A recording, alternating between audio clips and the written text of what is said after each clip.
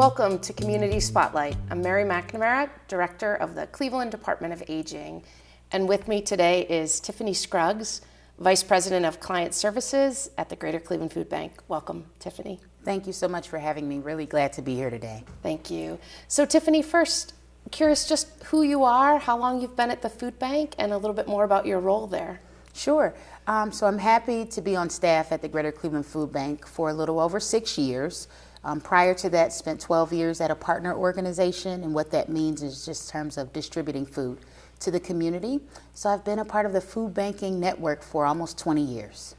And tell me a little bit more about client services as the leader in that. What does that mean for us here in the community? Sure. So for us, that means community engagement efforts in terms of the way that we connect people in need to services around food access and also public benefits and other critical supports in terms of helping them achieve sustainability, and also with our departments that provide services and support to the organizations that help us get food out into the communities by distributing food to the 6 counties that we serve. What a reach, 6 counties. So for the audience, let's talk a little bit about the Greater Cleveland Food Bank. Many of us know its entity, but how long has it been around? Wow, we're happy that we've been around a little over 40 years.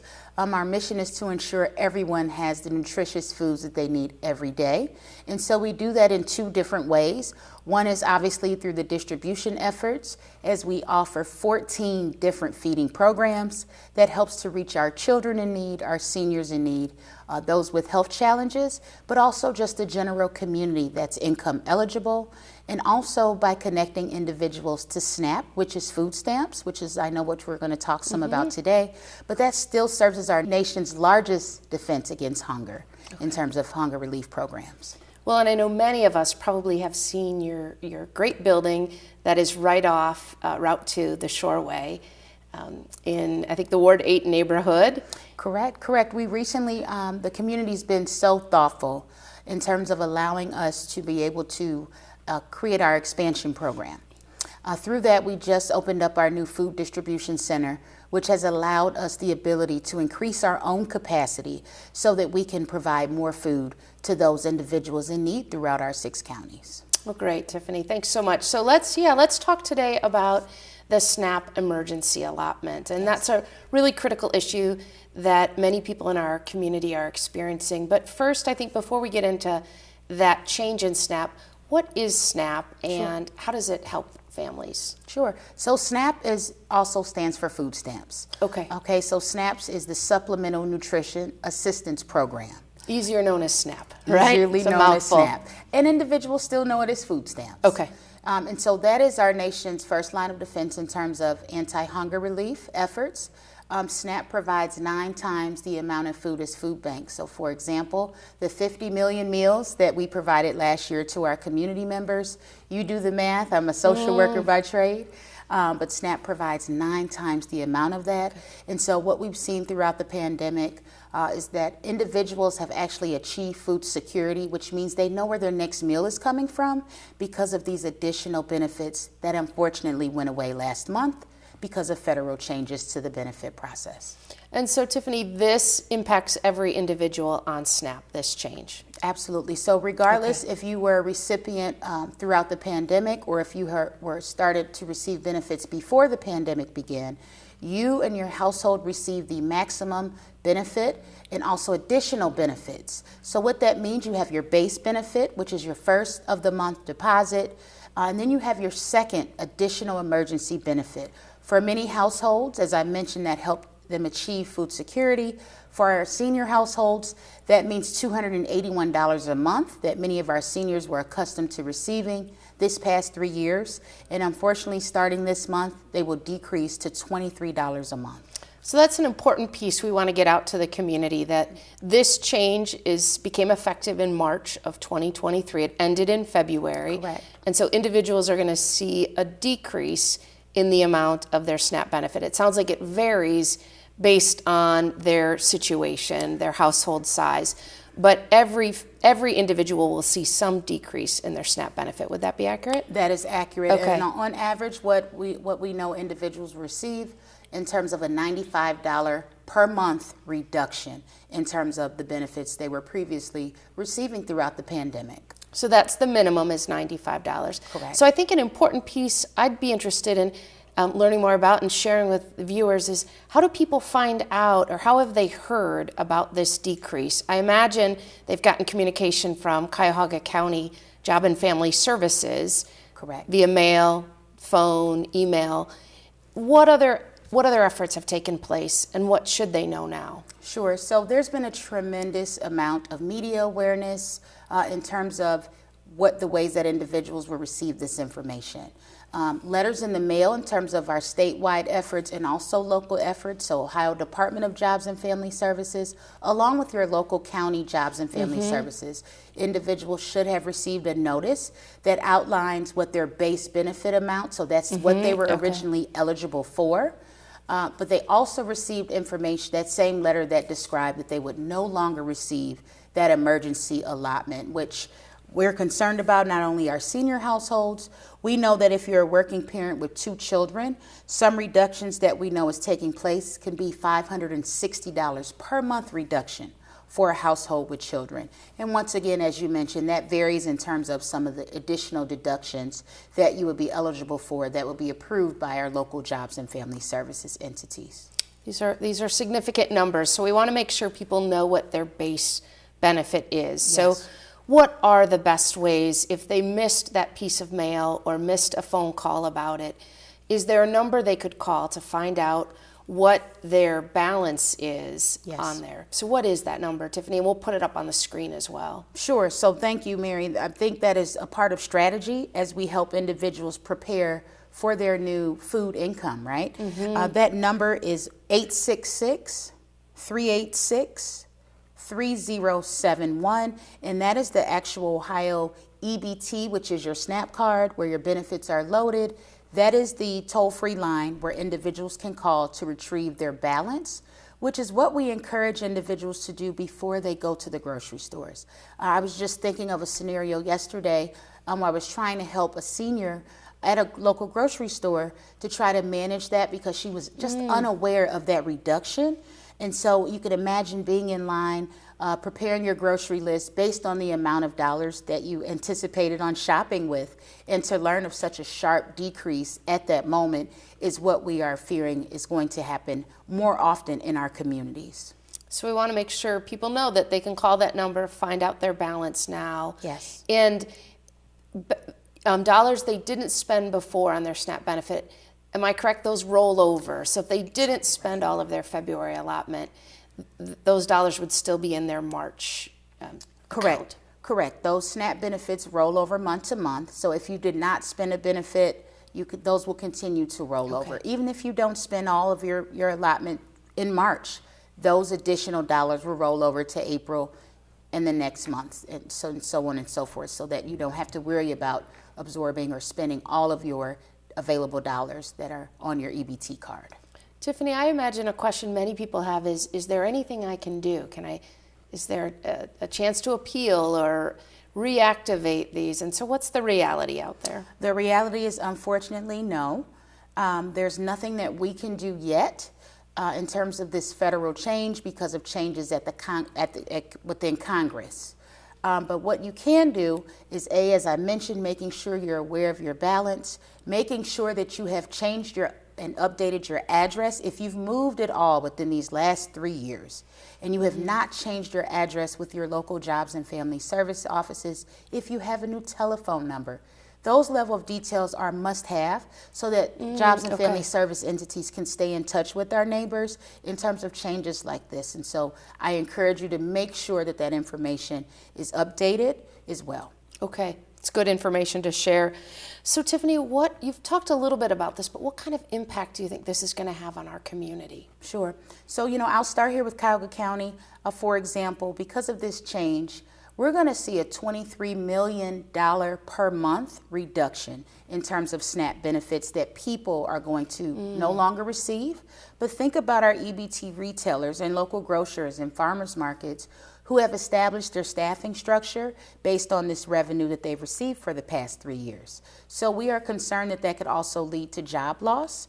We know that that could be less individuals riding the bus, which could just have an overall economic impact in a negative way in terms of just overall reduction in terms of financial resources that our community has been receiving this past 3 years. Okay. And then for those individuals who are in need of food, you know, what their current income and their current SNAP, the base benefit they have, if that isn't meeting their family's needs or their individual needs for food, where do they turn to for help? Sure. So, you know, the good news is that we partner, and I've just said this previously, 6 counties, but here in Cuyahoga County, there's a little over 600 different feeding program opportunities for our residents. 600. Yes, and so we encourage individuals to either visit our website, the greaterclevelandfoodbank.org, and we have actually a client food locator map on our website. Individuals can always give our help center a call. That phone number is 216-738-2067. We are available Monday through Friday, 7 a.m. to 6 p.m. to help our neighbors in need locate free local food resources very close to their home, because you'd be pleasantly surprised in terms of the neighboring church or place of worship or library that might offer a meal that's helpful for you and your family. Yeah, let's talk a little bit more about what they can expect at those free local food resource places. You mentioned a hot meal. I know I've experienced taking a family member to a food pantry where they were able to get a couple of days of food. Yes, And so what more could a viewer experience when they go to a pantry? Sure.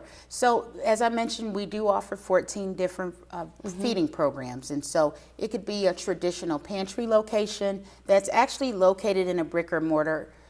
So that could be your church, your library. That is where you have the option to go and receive. Some partners still use our prepackaged boxes. That could be in combination of shelf-stable or canned good items, and also produce and protein items as well, dairy items, and bread. In terms of what we ask if you've never been to a feeding partner network, we do ask that you bring a form of ID if you have one. If not, we will still take your name. We also ask about members in your household so that we can track the number of people that are beneficiaries of our service. And so we do our best to make sure that everyone has a positive customer experience without stigma, without any judgment, to receive the food items they need. And also some of our partners are taking it a step further by offering additional services to additional connections. So for example, I'll use University Settlement as one example, where they operate a social service arm in terms of access to other programs in addition to food. It could be a computer lab, it could be just an overall senior day program, it could be a child or kids program in terms of out of school time to make sure that our children are safe. But in addition, they're also offering a hot meal during that time. And so just to give you a sense of our ability to think about partnerships in a different way and in terms of other services that are important to our community members. Well, and I'm really struck by the number 600. Yes. So there are a lot of options out there. And to find the best options, people either need to go to the website or call the help center and find out what's closest to them, what the days and hours are of operations. They probably have very specific times that they're open. Correct. And then thanks for telling us what to bring. Absolutely, right? absolutely. Sort of ID. You know, and while we understand and we appreciate limitations amongst partners, I think you said it's such a critical component. So when you contact our help center or look at that website for us to just in terms of where to go, you do want to, if you can, to reach out to that organization to just verify that their hours haven't changed, to verify that their volunteers aren't ill and weren't able to come in to provide support for that distribution. That is just an additional way to encourage individuals to begin to build that relationship with that community organization as well. So that's another strategy. One thing that is important for our neighbors to know, we suggest going to reach and access those free items first. and then using the SNAP benefit and your other income that you have access to do your shopping at a local grocery store, Okay. so that you can access those free items and really stretch your dollar as it relates to income or reduction of income. Tiffany, inflation is affecting us all, so that's really good advice. Yes. Food costs, I know, are up 10% where they were a couple of years ago, and so really critical to be able to do that. Tiffany, I had the opportunity to visit the Euclid Pantry, which is really a unique model and I think open to all residents, no matter where you reside. And I think let's just highlight a little bit about that pantry there in Euclid. Yes, and so when earlier in the pandemic, we established areas of need, and the city of Euclid rose to the occasion in terms of data and being underserved, meaning it didn't have available free food resources in that community. So we did open a Euclid neighborhood pantry that's located at 25897 Euclid Avenue, directly next to Simon's Supermarket, in between the intersection of Babbitt and also East 260th on Euclid. And that is where we allow individuals to come and select items of their choice. Mm-hmm. It's called a choice pantry model. We are open 5 to 6 days a week with a variety of hours. We encourage individuals to please come and join us. We also have the opportunity not only for food items, but non-food items, such as cleaning products and hygiene items, depending on availability and connections to some other services as well. So you do not have to live in the city of Euclid. We will just ask your simple demographic information. In terms of food eligibility, around income eligibility for our feeding partner network, you do have to be within 200% or below of the federal poverty guideline. So for a family of 3, that's a little less than $46,000 per year. We just ask those questions verbally. You don't need to bring in a check stub or proof of income or banking statements. We use what's called a self-attestation of verification of income. And so we are just wanting to share that with the community, because we get questions in terms of if there's proof of income that's required. We just simply ask that question to you at the time of intake. Well, I really enjoyed being there, and like you said, it had a lot of choice for people, from meats to dairy to breads to cleaning supplies. And I know I saw a lot of people in there that were not only getting good information, but leaving with the things that they thought could help their family through these trying times. So, Tiffany, is there anything I didn't ask you that you want to get out to the community? I realized that, I think it's important for community members to be prepared as much as possible, to not be afraid to receive help. I say that so often, and I think about our senior households, for example, very prideful. Many community members are very prideful. There can be stigma that's associated when asking for help, but please know that it is okay to receive help. Food, you cannot survive without food. And so I will restate our mission again, to ensure that everyone has the nutritious foods that they need every day. And so we would encourage you to please reach out. If you've never received food from our Feeding Partner Network before, that is okay. We would like for you to learn about a site available closest to your home, so that you can make sure that you know where your next meal is coming from. I so appreciate you saying that. Absolutely. So welcoming for people. Let's go over a couple more numbers just as we close out here. Yes. So I think a really critical one is, what's the food bank's help center number? Yes, our help center number is 216-738-2067. And I know a former employee at the Department of Aging who came as a trainer is now one of the individuals on your help line center, and I can vouch for what a caring person she is and how dedicated she is to trying to match individuals with the benefits they're eligible for and help them complete them. So we so appreciate the partnership between the City of Cleveland and the Greater Cleveland Food Bank. We are all in this together, and we want to make sure that that this message gets out into the community. So thanks so much for joining us, Tiffany. I do thank you, and we are very grateful for the partnership as well. Speaking of our partnership with the City of Cleveland, reminder for those of you who are curious, we still execute our drive-through distribution at the City of Cleveland Browns Muni Lot. Thank you so much for the City of Cleveland's partnership. We did reduce the frequency. So for those that were confused, when we started in January, we actually reduced from weekly to twice a month. Okay. And that was because of our partners being available to the community. Okay. When we first started that mass drive-through distribution, pretty much everyone we didn't know a lot of information about COVID, right? So we had access to National Guard soldiers who provided some support. And so fast forward 3 years later, we would not imagine that we would still be operating, even with the reduced capacity. So we are still available to community members 2 Thursdays out of the month. Please give us a call at our help center, and so we can help you get pre-registered if you're not already pre-registered. That simply allows us to prepare for the amount of households that we intend to serve. That is the purpose of our pre-registration process. And unfortunately, we are still serving 2,500 households at that distribution in a 3 to 4 hour period. We always need volunteers. So for those who are listening, if you want to get involved, you can come and volunteer, whether it's at the Muni Lot, at our Coit Road distribution, at our Euclid Neighborhood Pantry, or even out in the community at a partner network organization. We would love to have your support. Oh, I'm glad you did that pitch for volunteers. I met volunteers at the Euclid Pantry and was inspired by them. They were all ages. Volunteers were all ages.